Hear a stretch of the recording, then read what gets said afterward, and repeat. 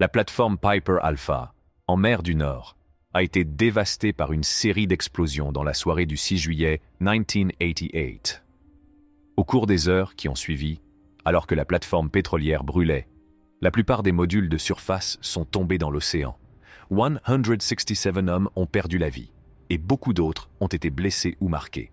On estime à 2 milliards de livres sterling, environ 5 milliards de dollars d'aujourd'hui, les dommages financiers causés par la pire catastrophe pétrolière offshore du monde, qui a interrompu tant % de la production pétrolière du Royaume-Uni. Où avons-nous fait fausse route avec Piper Alpha? Quelles sont les causes de ces terribles résultats? Parlons-en dans la vidéo d'aujourd'hui. C'est à environ 120 miles au nord-est d'Aberdeen que se trouve le champ pétrolifère de Piper, en Écosse. Ce n'est qu'en janvier 1973 qu'il a été découvert, ce qui en fait l'un des premiers réservoirs en eau profonde du nord de la mer du Nord à être exploité. En décembre 1976, moins de 4 ans après la découverte du pétrole, la production de pétrole a commencé. Il s'agit d'un record qui n'a été que très rarement dépassé. Le pétrole était acheminé par une conduite sous-marine de 128 miles de long jusqu'à une raffinerie construite à cet effet sur l'île de Flotta, située dans les Orcades. Piper Alpha s'est avéré extraordinairement prolifique et lorsque l'opérateur occidental a demandé l'autorisation d'augmenter les taux, celle-ci lui a été accordée à condition que le gaz soit également exporté plutôt que brûlé.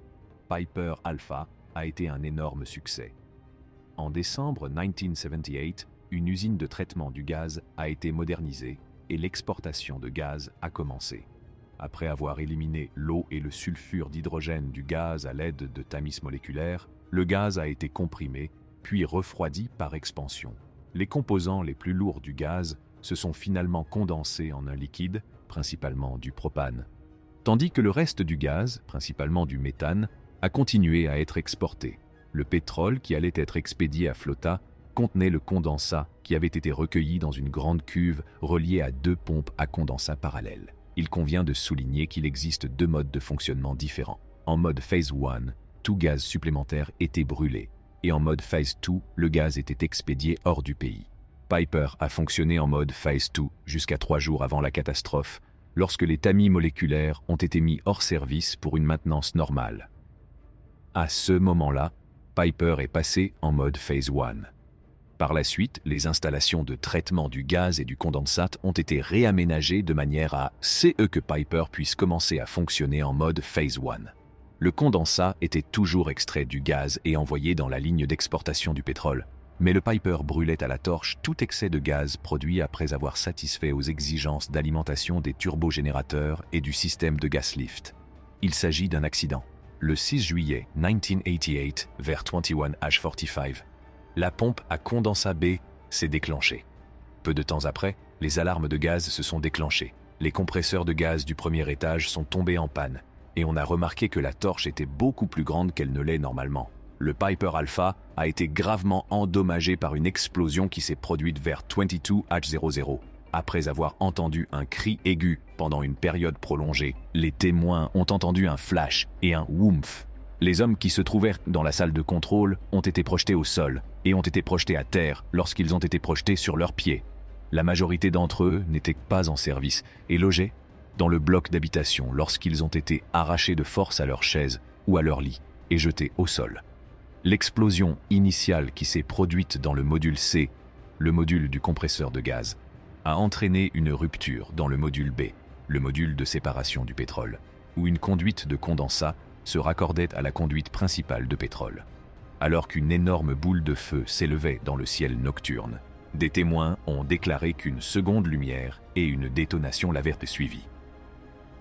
20 minutes plus tard, vers 22h20, une conduite de gaz à haute pression reliée à la plateforme Tartan exploitée par Texaco s'est rompue, libérant du gaz à un débit initial d'environ 3 tonnes par seconde. 80 minutes plus tard, vers 23h20, la conduite de gaz alimentant Claymore, une autre plateforme exploitée par Occidental, éclate. À ce moment-là, la structure du Piper Alpha a été gravement compromise par les violents incendies, au point que les hauts du navire ont commencé à s'effondrer.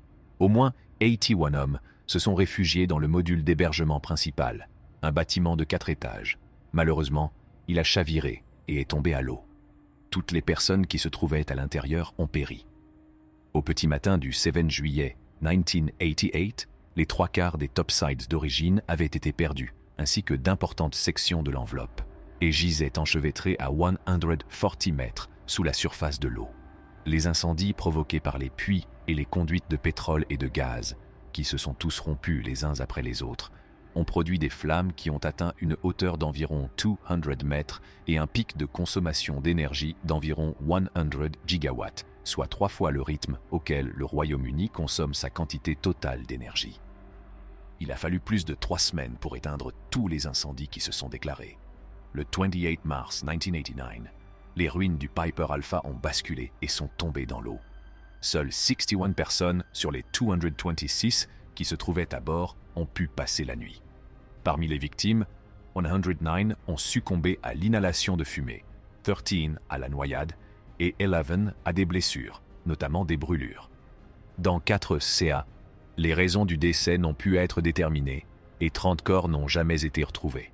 L'enquête Lord Cullen a été chargée de mener une enquête publique sur l'incident 1 semaine exactement après qu'il se soit produit.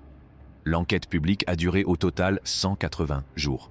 Le 13 novembre 1990, le rapport rédigé par Lord Cullen a été rendu public. Au cours de l'enquête, la commission a entendu un grand nombre de témoins, dont la majorité des survivants, ainsi que divers experts.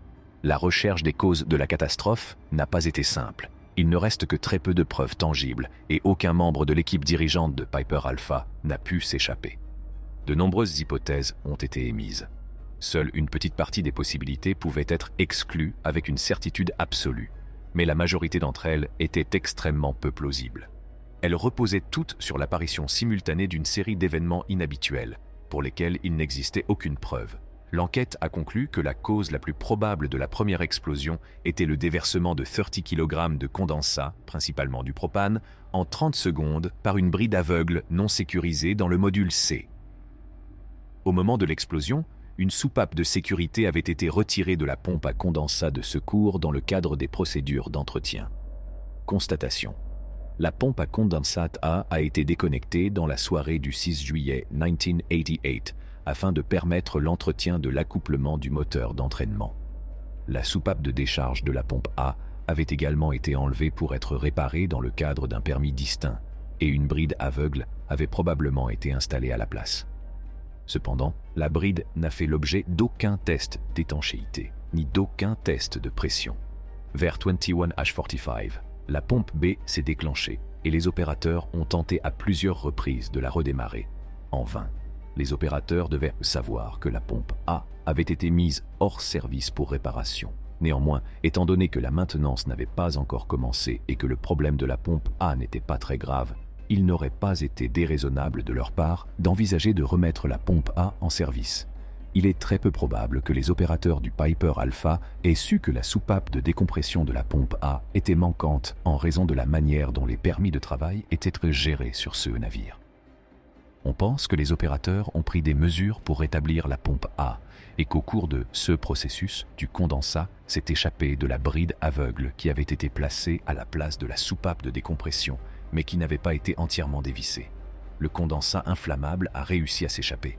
L'explosion initiale a été suivie de peu par la rupture et l'incendie d'une conduite de pétrole.